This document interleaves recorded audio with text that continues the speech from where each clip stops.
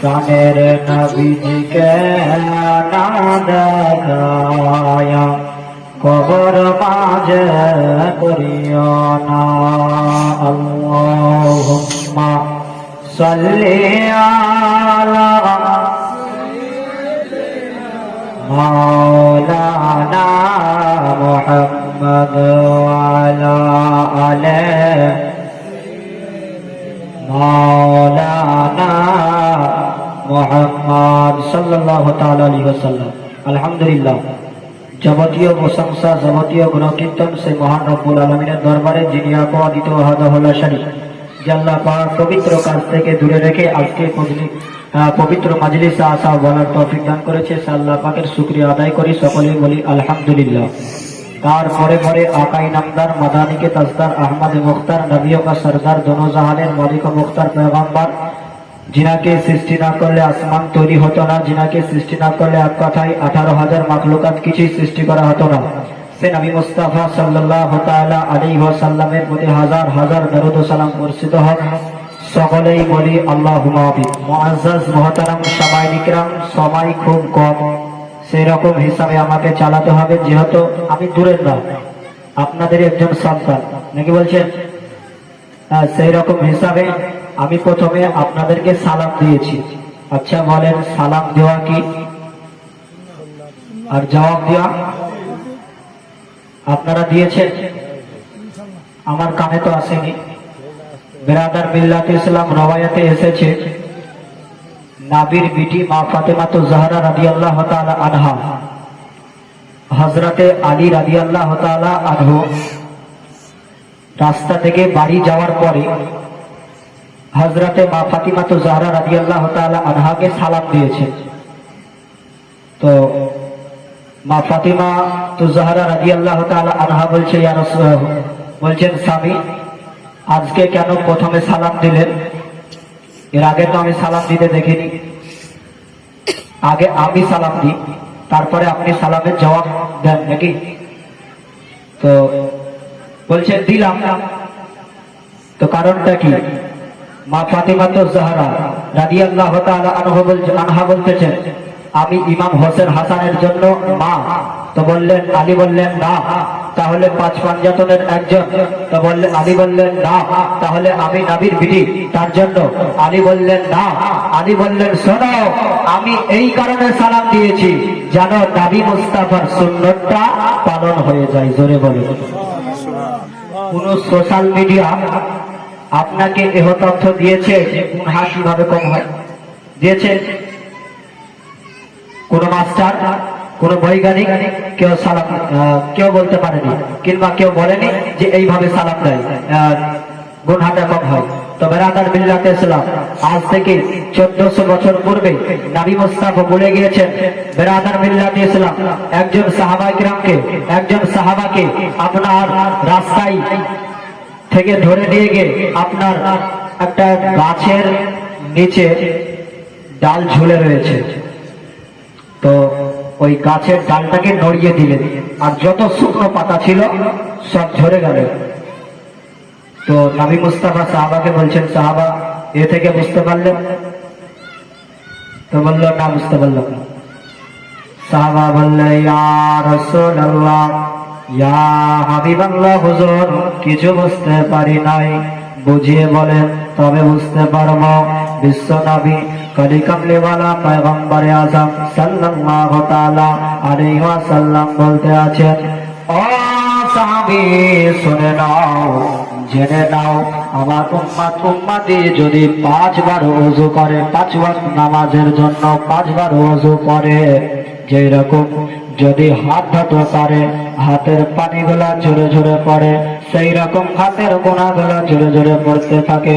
আর যদি পেশানি যান, আপনার মুখমণ্ডল যদি ধোয়, আর মুখমণ্ডল যদি ধোয়ার পরে যেই পানিটা পড়বে, সেই পানির ওজনে আপনার গুনাহগুলো ঝরতে থাকে। জোরে জোরে বলুন সুবহানাল্লাহ। ইয়া রাসূলুল্লাহ, ইয়া হাবিব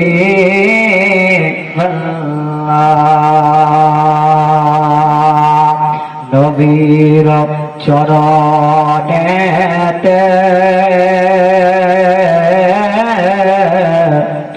সারা জীবন আমি থাকবো। জোরে বলেন সুবহানাল্লাহ। একদম নতুন গজল। নবীর চরণেতে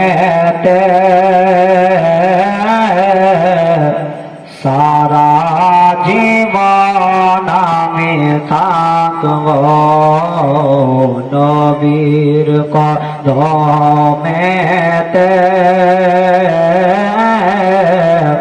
সারা জীবন আমি থাকব।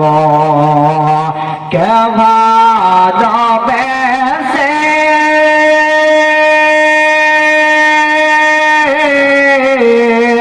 কেউ ভালোবেসে নূর নবীকে ভালোবেসে দয়ার নবীকে হৃদয় মাঝে ভরে রাখব, নবীর চরণেতে সারা জীবন আমি থাকব। বলেন নবীর চরণেতে সারা জীবন আমি থাকব। কে দরদে সালামে মিলাদ কিয়াবে, দরদ সালামে মিলাদ কিয়াবে দয়ার নবীকে খুশি রাখব, নবীর চরণেতে সারা জীবন ভরে রাখব, নবীর কদমেতে সারা জীবন ভরে রাখব। আল্লাহুম্মা জোরে সাইয়্যিদিনা মাওলানা মুহাম্মদ ওয়া আলা আলি সাইয়্যিদিনা মুহাম্মদ সাল্লাল্লাহু তাআলা আলাইহি ওয়াসাল্লাম। চলুন ঘটনামূলক কারবালার হযরতে ইমাম হোসেন হাসান রাদিয়াল্লাহু তাআলা আনহুর বংশধর দুইজন বাচ্চা জেলে ঢুকানো আছে। মানে মিডিল থেকে বুঝতে সময় খুব কম, বলতে সময় দেরি লাগবে। তো দুইজন বাচ্চা জেলে ঢুকানো আছে, আর যেই রকম গেটম্যান পুলিশ পাহারা দেয় না, পাহারা দেওয়ার মতন বসে আছে একজন গেটম্যান। আর ওই গেটম্যানটা কিন্তু মুসলমান, ওদের মতনই নামাজ পড়ে, ওদের মতনই রোজা রাখে, হজ করে, যাকাত করে, সবই করে। তো গেটম্যান মনে মনে চিন্তা করতে আছে, বলল আল্লাহ গো, কাল হাসরের ময়দানে যদি আমাকে প্রশ্ন করে, তোমার জেলখানায় পড়ে পড়ে দুটো আগার বংশের মানুষ বড় কেঁদেছিল, তুমি কি দিয়ে সাহায্য করেছিল? তখন আমি কি জবাব দেব? তখন তো আমি কিছু বলতে পারবো না, তখন আমি কিছু বলতে পারবো না। তার করতে একটি কাজ করা যাক। লোকটার নাম হলো মাসকুর। কি নাম? মাসকুর।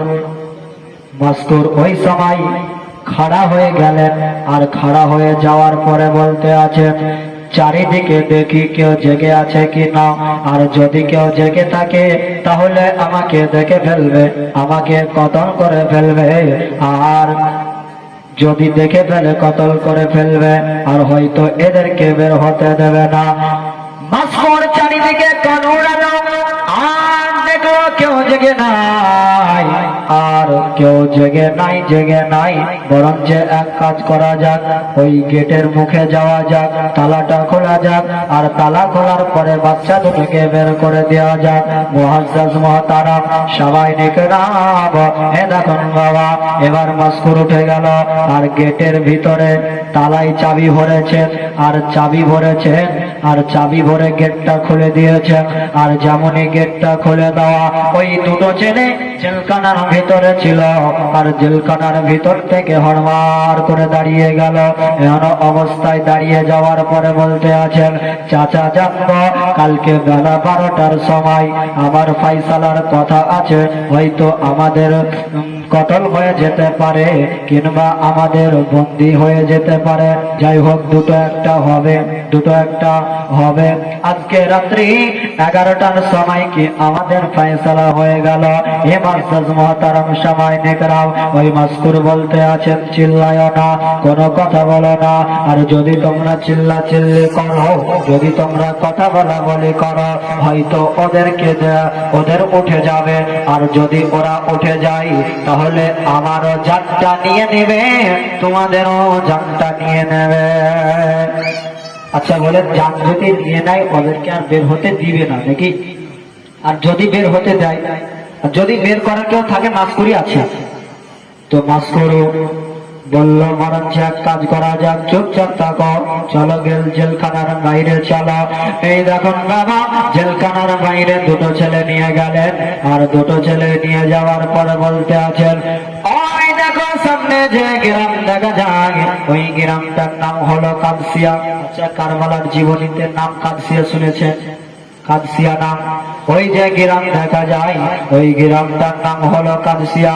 ওর পরে মক্কা নগর পড়ে যাবে, তোমরা এইখান থেকে সোজা চলে যাবে, জানে কেউ পথ আটকাবে না।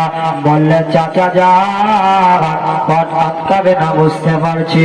আচ্ছা বলুন, রাতের বেলায় যদি কেউ বাড়ির বাইরে বের হয়, ভয় করে না? অবশ্যই করে।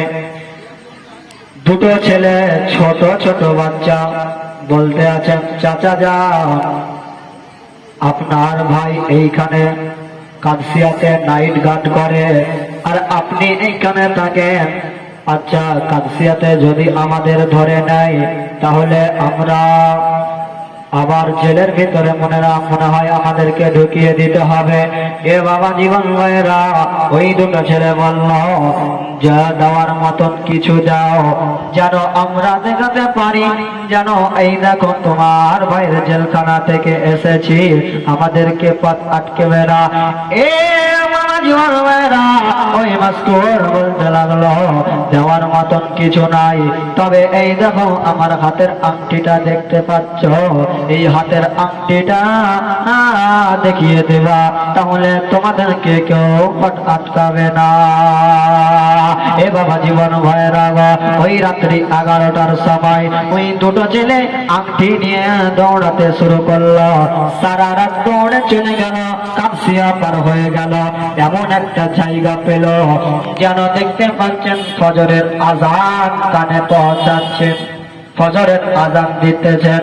আর ছেলে দুটা বলতে আছেন, মনে হয় আমরা মদিনায় চলে এসেছি, আর এই তো আযান হবে, আর পরিষ্কার হয়ে যাবে, সকাল হয়ে যাবে, নবী মুস্তাফার সবসে গুম্বাদ আমরা দেখতে পাবো।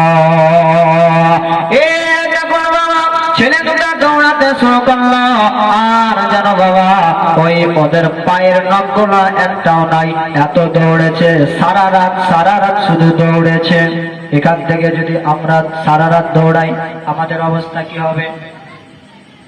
অবস্থার মতন ব্যবস্থাও হয়ে যাবে। এ বাবা জীবন ভাইয়েরা, ওই দুটো ছেলে নখগুলো একটাও পায়ে নাই, সব খসে গেছে, গোটা পায়ে রক্তের লাল হয়ে গেছে, ফজরের আযান কানে পৌঁছে গেছে। ছোট ভাই বলতে আছেন, ভাই রে, মনে হয় আমরা মদিনায় চলে এসেছি, সকাল হবে, মদিনায় আমরা নবী মুস্তাফার সবজে গুম্বাজ দেখতে পাবো। এ বাবা জীবন ভাইয়েরা, সকাল আযান হয়ে গেল, সকাল হয়ে গেল, তাকিয়ে দেখলো, না আমরা মদিনায় আসতে পারি নাই, মদিনায় আসতে পারি নাই। আমার কালকের মতন রাস্তা ভুল হয়ে গেল, আবার কোথায় চলে এসেছি, মনে হয় আমরা মদিনায় পৌঁছাতে পারিনি। সকাল হয়ে গেল। সকাল হওয়ার পরে বলতে আছে মদিনায় আমরা আসতে পারি নাই, তবে এক কাজ করি, আজকে তো কোনো পাহাড় দেখা যায় না, গতকালকে পাহাড়ের কোণাতে লুকিয়েছিলাম, আজকে আমাদের সামনে পাহাড় দেখা যায় না, তবে আজকে কি করব?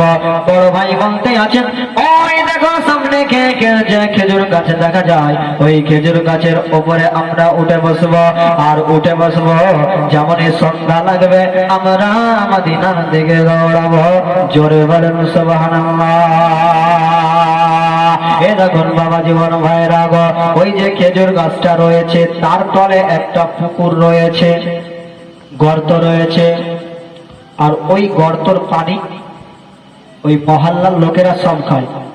যদি গাছের উপরে উঠে, আর গাছের উপরে উঠে যদি বসেন, তো নিচে তো দেখতে পাবে নাকি ছেঁড়া পড়বে, হ্যাঁ?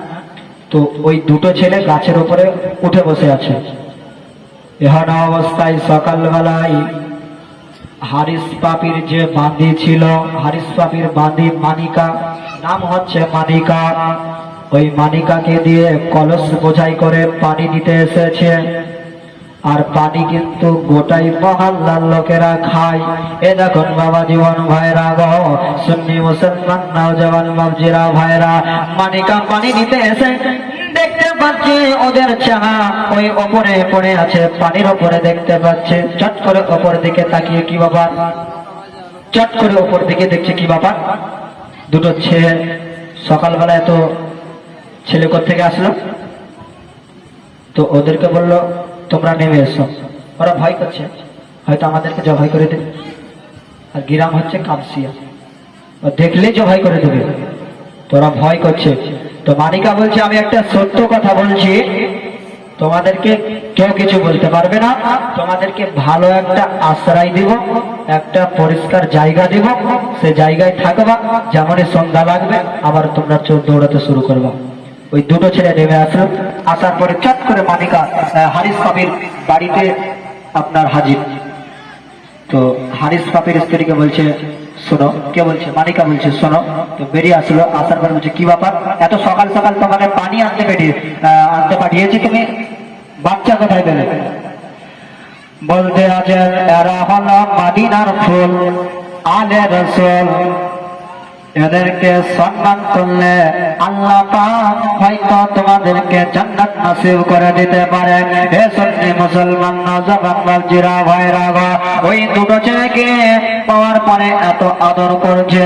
বলে বাপ তোমাদের বাড়ি কোথায়? বলে মক্কা নগরে। তোমরা কিভাবে এসেছো? বলে আমরা অমুক জায়গা থেকে অমুক কাম করতে এসেছি।